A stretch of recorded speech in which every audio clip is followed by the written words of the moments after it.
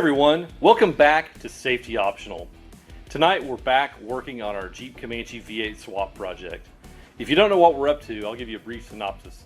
We've got this 1980s era Jeep MJ body style Comanche pickup here that we got roughly 10 years ago, and the engine was blown, and we are in the process of swapping in a 5.3 liter Chevrolet V8 out of a 2005 Tahoe. So far, we've got the engine into the Comanche, and it's all mounted up and sitting on its normal mounts. And we fabricated a new transmission crossmember mount. And so we're ready to start hooking up everything that it takes to make this thing run. We're not sure what exactly we're going to accomplish tonight. We're just going to dig in and start working. Okay, so one of the other things that we need to solve on this is our fuel delivery system. And since our last video, we've done some thinking. And the engine that we're putting in is a returnless style system. But one of the ways to run it off the Jeep is to use a new fuel pump and then use a Corvette regulator that has a return built into it, where we'll utilize the Jeep return system. This right here is the fuel pump unit that came out of the Comanche fuel tank. This right here is the fuel level sensor.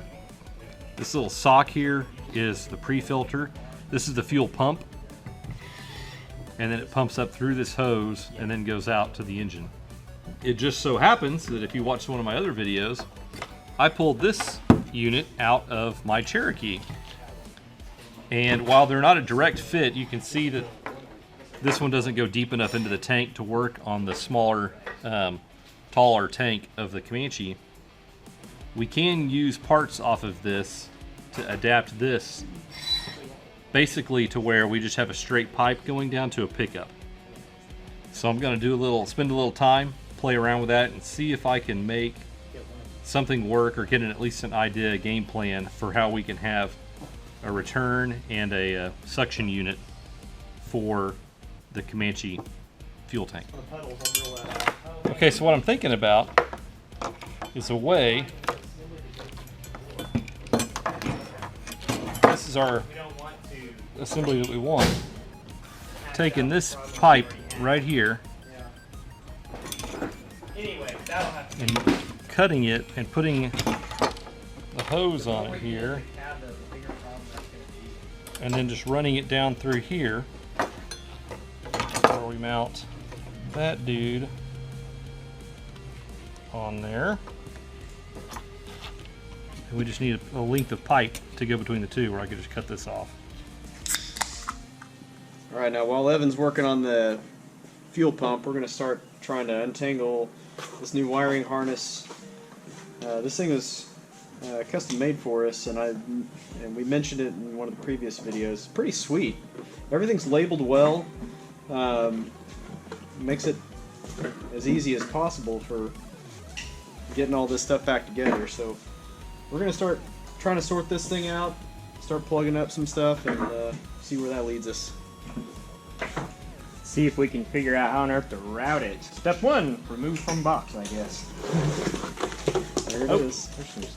I wonder why they sent us a grommet like that, like a firewall sort of thing. Because it's, I mean, most of this stuff's going to be in the engine compartment. I wouldn't see why you would need that. Unless they anticipate the computer being on the inside of the car or something. Oh, I guess so. Oh, you're right. Chevrolet gas pedal.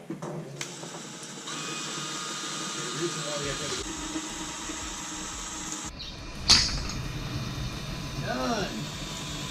Right now, Eric is taking off brackets, drilling out rivets from old junk that we no longer need. All right, so they were talking earlier about running the computer in the engine compartment. That's not going to work. The way this wiring harness is made is this is your fuse and relays. This is your OBD. These are your dashboard and stuff. This whole assembly is on that side of the grommet. It's made. This is all made to go in the cab, and we've got a convenient hole where it can go into the cab right there, where the clutch used to go. So this whole part is going to go in the cab. So when we actually feed this thing in and wire it, this part's going to be fed through the firewall from the inside. I'm going to go ahead and lay it out today just so we know what's going on. But yeah, this side goes up here. All right, while those guys are working on cutting the interior, I've laid out the wiring harness here, and everything looks really fantastic. It's all mostly cut to perfect length. There's a couple of things that we're going to have to deal with that aren't going to work out just right.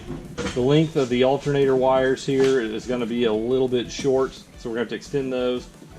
But for the most part, everything works out just perfect. Also, the alternator is a different style of alternator, and so we're going to have to change the plug on the end, but that's minor. And we've got the old wiring harness over there that we can pull all the connectors off of. So it's looking really, really easy. That's going to be super nice.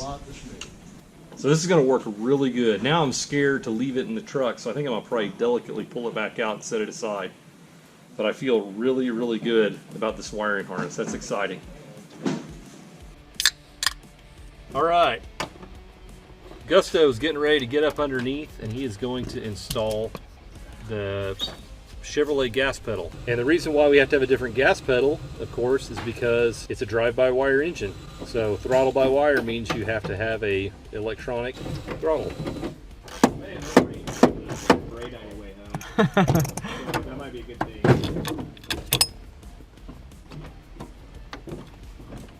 Okay, heads out. New one.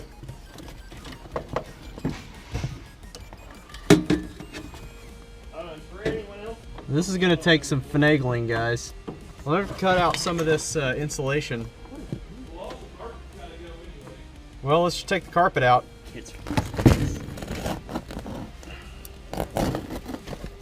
But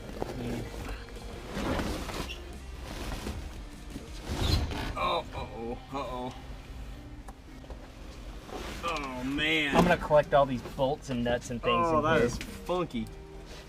You know, Oh. I'm starting to think whoever had this truck before us just didn't really take great care of it.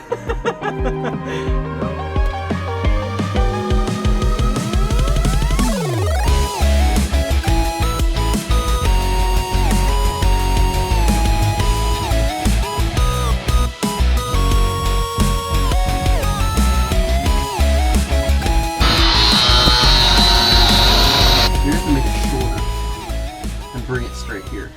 Yeah, straight's good. And change the angle. Oh, shoot. This is going to be a trick. That's not going to be as easy as we thought. But it'll, I mean, you'll get it there. Okay. We need to research gas pedal LS swap options. That's really not as bad as it really could be. Oh, that sounds heavy. All right, yeah, it went through.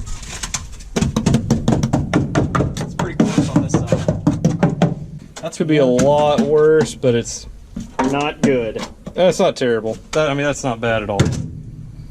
So we can definitely live with that. In fact, we probably won't even worry about that for quite a while. That came from? Yeah. Oh, that is nasty.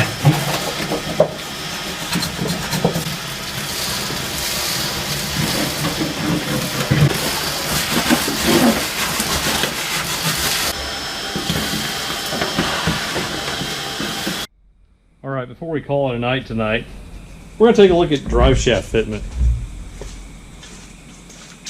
Right here, we've got the big Bomber drive shaft that came out of the truck, which is surprisingly large. And then we've got the drive shaft that came out of the Tahoe. And so we're going to take these and lay up underneath and just compare links and see what we can do to figure out if we can modify these to do a temporary fix to have a running and driving truck when the time comes to get this thing running. So we're just going to do a little figuring and fitment just so we can know and plan accordingly. All right. I think I just blew my own mind here a little bit. What? So there, it's in the transmission. Okay. Yeah, yeah. And we follow it down to the other end, and I'll be danged It's in the if it doesn't, if it's not the right length. Now, The real question here is, can we get an adapter U-joint that has the right cross shaft to go into that pinion? Because that would be awesome. All right, so I've got the drive shaft. It is completely sitting in the yoke at the pinion, and this end and the output end is in, the shaft is in the transmission. I know everybody's going to ask, when the axle swings up, does it have room to flex? And it does. Show it. So it can definitely go up and forward to allow for the axle to swing. So this is going to work fine. So we just need to get a different U-joint here that will fit. And it doesn't look like it needs to be that different really, but it is a little bit narrower for that Jeep pinion. So that is cool. That is super cool. In the meantime, since the last video, we've looked into getting a Novak radiator, which is made specifically for this swap. And they're like $600 something, but they fit perfectly in this space like a stock Jeep radiator. And so I was just thinking, oh, let's just see the Chevy radiator.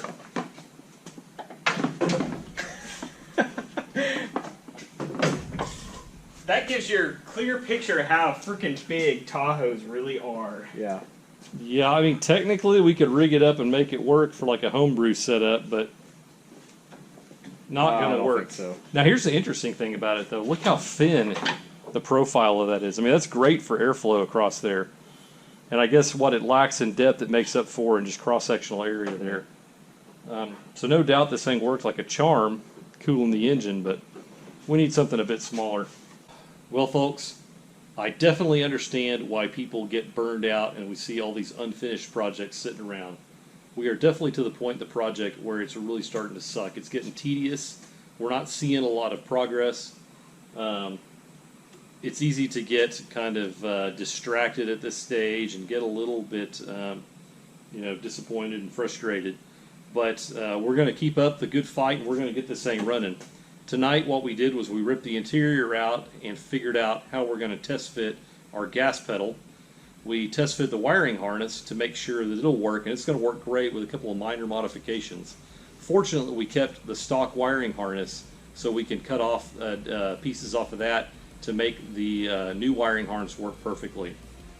We also test fit our drive shaft. We know that we don't need to modify the drive shaft as long as we can get an adapter U-joint to adapt the Chevy drive shaft to the Jeep pinion.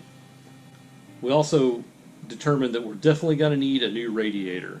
So before our next work night, we're going to have to order a new radiator. We're going to have to order some fittings and stuff for the fuel system. We're going to have to work on modifying our fuel sending unit to be able to supply fuel to the engine. Once we get those things done, then we can start worrying about wiring it up.